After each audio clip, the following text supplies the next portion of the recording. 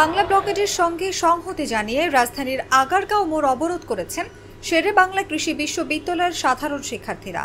এছাড়াও বিশ্ববিদ্যালয়ের দ্বিতীয় গেট সংবলিত শেরে বাংলা গার্লস স্কুল পরিকল্পনা মন্ত্রণালয়ের সংযুক্ত সড়কও অবরোধ করেছেন তারা।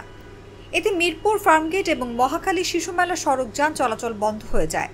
বুধবার বেলা 11:30টার দিকে আগারগাঁও অবরোধ শুরু করেন শিক্ষার্থীরা।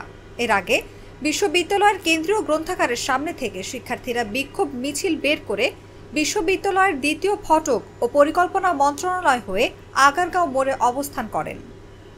এছাড়াও শিক্ষার্থীদের সংখ্যা বৃদ্ধি করতে হলে হলে সাধারণ শিক্ষার্থীদের আন্দোলন সম্পর্কে অবগত করা হয়। আন্দোলনরত শিক্ষার্থীরা বলেন, বাংলা ব্লকেট কর্মসূচিতে এক দফা এক দাবি, সব গ্রেডে অযৌক্তিক ও বৈষম্যমূলক কোটা বাতিল করে কোটা পদ্ধতি সংস্কার করতে হবে।